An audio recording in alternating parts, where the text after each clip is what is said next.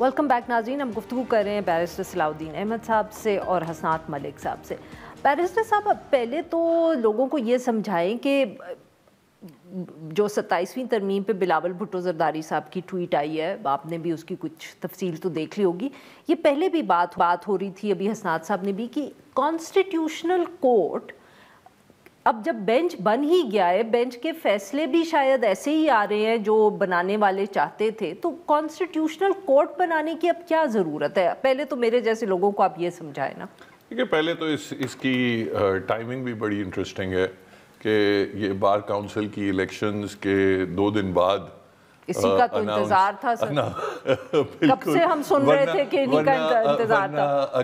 अगर ये 18वीं तरमीम को रोल बैक करने की बात ये पहले करते तो शायद कम से कम सिंध में तो रिजल्ट इंटीरियर सिंध में तो बहुत फर्क होते। बहरहाल कॉन्स्टिट्यूशनल कोर्ट्स कायम करने का मकसद और जो 26वीं तरमीम जो थी उसमें आज़ाद अदलिया का जनाजा तो पढ़ लिया गया था, मगर अब 27वीं तरमीम के थ्रू अब तदफीन करना बाकी है। कब्रिस्तान का ट्रिप रह गया था। तो अब वो अपनी अदालतें कायम करेंगे, उसमें जो मौजूदा एडिशनल फ़ायदा क्या है सर, ये समझा दें, मतलब कि इतना एफर्ट किस लिए कर रहे हैं? एडिशनल फ़ायदा ये है कि अभी आप देखें सारी कोर्टों में, इस्लामाबाद हाई कोर्ट को या सुप्रीम कोर्ट को या दूसरी कभी आप पेशावर हाई कोर्ट में, होता ये है कि आप अपनी तरफ से तो आईनी बेंच बनाते हैं या अपनी तरफ से बड़े किसी प्लायबल चीफ जस्टिस को लगाते भी हैं, मगर कभी कभार वो सरप्राइज दे देता है। अच्छा। कभी कभार कोई आपस में इख्तिलाफ हो जाता है। अच्छा। कभी कोई जज होता है वो उसको अचानक गलत वक्त पे कॉन्शियस जाग उठता है। तो वो जो है वो जब आप एक बाकायदा से नई एक अदालत बनाएंगे तो उसमें फिर बड़ी आपने अपनी मर्जी से एक आधा लेना है, फिर आपने ये सीनियरिटी और ये वो चीज़ों से भी आप फारिग हो जाते हैं। फिर आपने अगर आपको जजेस पे इतना एतमाद ना हो, इनमें से छांटी करेंगे ऑब्वियसली जो उन्हें चाहिए होंगे कोर्ट भरने के लिए। उसके अलावा जो मज़ीद आप भरेंगे तो वो आप वकीलों को लेंगे जो वकील आपके साथ चल रहे हैं, तो उससे जो कंट्रोल है वो सीमेंट हो जाता है। अच्छा, मतलब कि अभी भी उनको इतना ये फिक्र है कि वो चाहते हैं कि और कंट्रोल सीमेंट हो जाए। वैसे समझ नहीं आ रही है आईनी अदालत की, आईनी बेंच से मकसद हल हो रहा है, एग्जीक्यूटिव ने अपनी मर्जी के फैसले उनके हो रहे हैं, और ये जो आईनी बेंच में जजेस हैं इनकी मुद्दत है, इनको किसी टाइम पे भी आप बेंच से उठा सकता है जुडिशल कमीशन, और जुडिशल कमीशन में हुकूमत की मेजॉरिटी। यहाँ तो आईनी अदालत में एक दफ़ा जज अपॉइंट हो जाएगा, लेकिन उसका भी हल निकाल लेगी हुकूमत के जो भी। मेरा ख्याल है कि ये एक पीपल्स पार्टी बड़े अरसे से कह रही थी कि चार्टर ऑफ डेमोक्रेसी में जी आईनी अदालत मुल्क में बननी, हालांकि उसमें लिखा था कि वो टाइम बीइंग होगी। तो इस वजह से आईनी अदालत बन रही है, और कुछ जजेस जो वैसे चीफ जस्टिस ऑफ पाकिस्तान नहीं बन सकते थे, क्योंकि ये आप देखें ना इस वक्त जो अदलिया में सरेंडर हुआ है उसकी वजह से ये सारा कुछ हो रहा है कि अदलिया की तरफ से कोई रेजिस्टेंस ही नहीं हुई। 1 साल से केस जो है वो आपने 26वीं तरमीम का फैसला नहीं किया, और जिसकी वजह से अब ये 27वीं हो रही है। अगर 26वीं तरमीम में ये जजेस ओपनली कह रहे हैं कि जी सीरियस फीचर है आइन के, इनको अगर वायलेट करेगी आइनी तरमीम तो हम स्ट्राइक डाउन कर देंगे, तो आपने क्यों नहीं की 1 साल में? अब मेरा ख्याल है कि ये जो है ये अब मामला ये आईनी अदालत की तरफ जाएगा।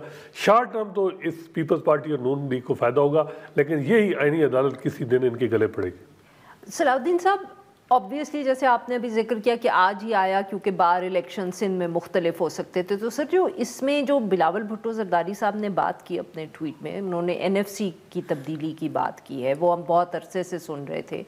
उन्होंने कहा कि जी एजुकेशन जो एजुकेशन है, पॉपुलेशन प्लानिंग है, वो वफाक में वापस आ जाएगी।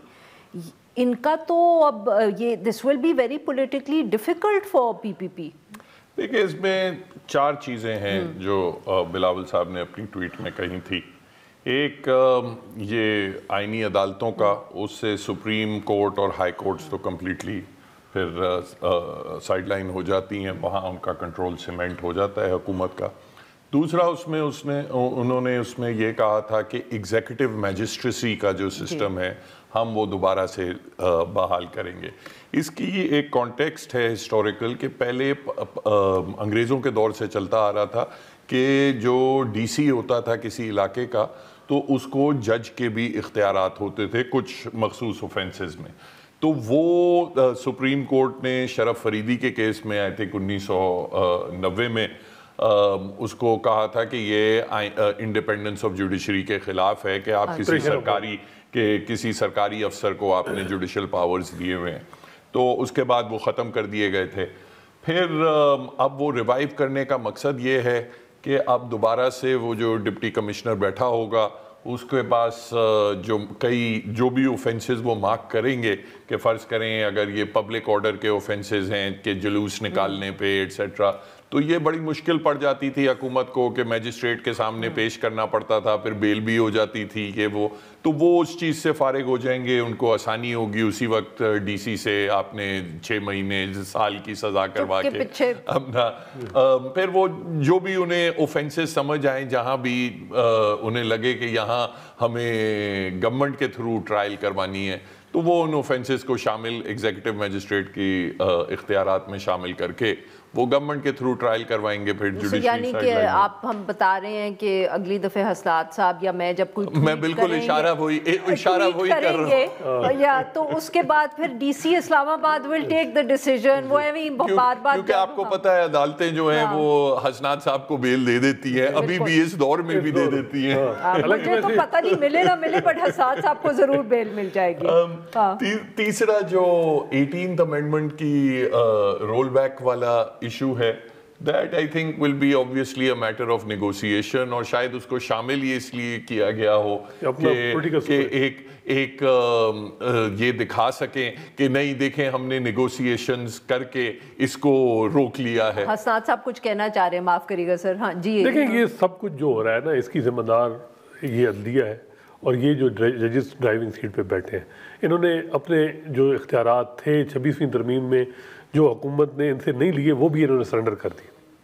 اور ابھی تو اطلاعات یہ تھیں کہ بتا دیا گیا تھا ججز کو جی 27ویں آ رہی ہے. اچھا, تو اب میرا خیال ہے کہ ججز جب خود ہی اپنی انڈیپینڈنس کو سرنڈر کر دیں تو پھر کیسے, اب پھر جب آپ نے فوجی عدالتوں میں سویلین ٹرائل کو انڈورس کیا, بڑا مشکل ہے میرا خیال ہے دنیا میں صلاح صاحب بتائیں گے, بڑا مشکل ہے کہ کسی عدالت نے یہ انڈورس کیا ہو سویلین کا ٹرائل جو ہے وہ اس طرح کا.